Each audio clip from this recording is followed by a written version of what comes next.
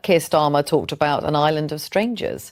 Do you think that there needs to be more done? He said we didn't want to become an island of strangers. And of course, community cohesion and integration is important. And the government are taking steps to look at English requirements. But we absolutely can't lose sight of the contribution for decades that we have seen from immigration. I'm a Derby MP and really proud of that contribution, which isn't just in the NHS, but also in our industries. And so, but I don't think anyone's necessarily arguing with that, are they? They're talking about how much you adopt, and it's about how you the culture of the country. And I think that language is a huge part of that, to enable people to fully be able to appreciate and be a part of our communities, and I think that's right. But I certainly wouldn't want to see kind of tearing down or emptying properties when we've had so little building of especially social housing and affordable housing for so long. And I'd much rather welcome, as I do, the 39 billion that we'll see to build more affordable and social housing. Alex, what do you make of what you saw in that documentary? And do you think it applies in any way to what's happening in this country? Of course it applies to this country. We already have balkanised communities, and that spells out a great peril for the future of societal integration. And you've got similar policies being adopted in Sweden. These are sort of proposals that are now being looked into across Europe because we've realised what's happened with levels of immigration and lack of integration. It's creating social disquiet and disharmony to the point in which people are even starting to use words such as civil war, for crying out loud. Now, I think there is nothing wrong with defending your national cultural mores, your communal morality, and I think that that's what we need to be doing. I fully agree we need to ban the full face covering, which they've done in Denmark. I think that is absolutely right. I think that is a barrier for integration if you're not making eye contact. English language is vitally important. I think we need to look at the amount of translation services we offer. I personally would go as far as getting rid of faith schools that are not Catholic or C of E, which tend to allow children from other faiths to come in, because I don't think taking children away and educating them primarily in their own cultural context is healthy. And I personally would also go as far as banning the slaughter of animals that haven't been pre-stunned. And I'd say to anybody who says, well, we don't like that and we demand exceptions because of what we want within our system, this is our country. We believe in animal welfare. We don't believe that women should be shamed for exposing their faces. And we believe little children should all play in a sandpit together. Simple. Liz? I'm going to have to react to the piece that we just saw from Simon Reeves, because we're talking about forced evictions there. And that's the comparison that we are discussing today. This is really bad stuff for us to be talking about in Europe. We've been here before.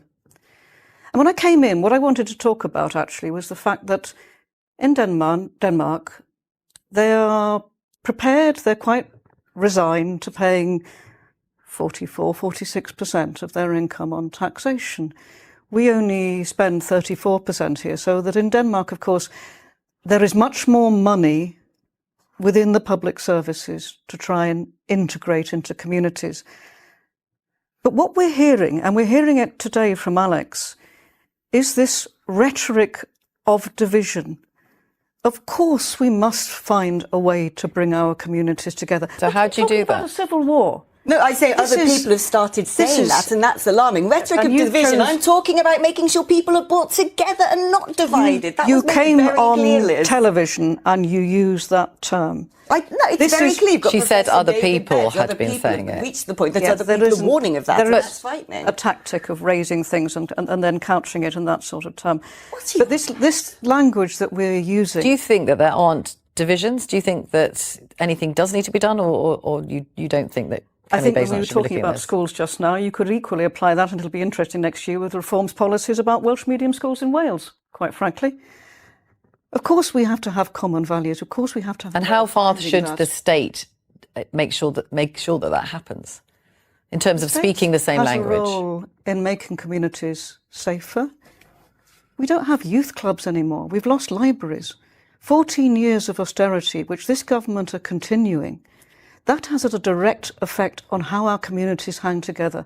This high rhetoric just drives further divisions. If we really want to make a difference to our communities, we have to do the boring stuff, the expensive stuff. If we value community cohesion, which I think they actually do in many of the countries of Scandinavia, we don't get that on the cheap with a load of American-style divisive rhetoric.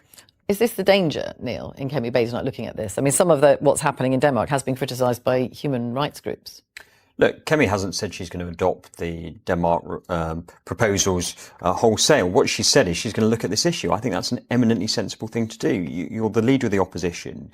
You are formulating your policy platform. We know that this is a significant issue that comes up on the doorsteps up and down the country. There are tensions within our communities. I think if we pretend that there aren't, that would be disingenuous. And so it is quite right. We look at what options are available in order to make sure that we have more societal cohesion. That is a sensible approach, and it's a grown-up approach. You just saw it. And let's be straight. This wasn't simply a debate. It was an all-out collision over Britain's sense of self. Labour MP Catherine Atkinson facing off against Talk TV's Alex Phillips. Two women. Two sharply opposed ideas of what British identity even looks like in 2025. Atkinson arrived armed with a familiar Labour script. Immigration shaped this country. Migrants sustain the NHS. And apparently all that's missing is more funding for housing, libraries, and youth centres. Textbook political language. Spend cash, cross fingers, wait for results. But here's the reality. People aren't furious because libraries are underfunded. They're upset because the nation no longer feels recognizable. And that's exactly where Alex Phillips cut in. She ripped apart the cozy storyline. She voiced what most elected figures avoid. Britain isn't integrating, she argued. It's fragmenting balkanized communities. In her words, groups living separate lives, following separate standards, inside the same country. And she didn't soften the message. Phillips called for banning full-face coverings, ending translation support, and closing faith schools that split children apart. Agree or disagree? She voiced what millions privately believe but are afraid to say aloud. Then came the sentence that froze the room. Britain needs to be Britain. Plain words. Powerful impact. Harsh reality. Because what's the value of opening the doors to everyone if Britain erases itself along the way? What happens when multiculturalism stops bringing people together and starts pulling society apart? And the commentator landed the point at the close. Britain doesn't need to imitate Denmark's high-tax nanny system to make integration work. This country once had something stronger: pride, shared principles, and a moral direction grounded in Christian heritage and personal freedom. That's what kept the nation united. But when newcomers arrive, not to become part of Britain, but to reshape it, rising friction should surprise no one. So let's say it plainly. This exchange laid bare the true split running through Britain. Atkinson stands for a political elite still holding on to idealism. Phillip speaks for a swelling anger among everyday Brits watching their towns, classrooms, and customs change without ever being consulted. And that's the uneasy reality the establishment refuses to confront.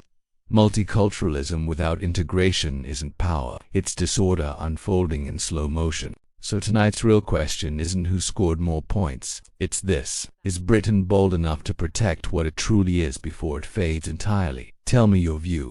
Was Alex Phillips right to voice it openly? Or does Atkinson's gentler approach remain the better path? Share your thoughts below.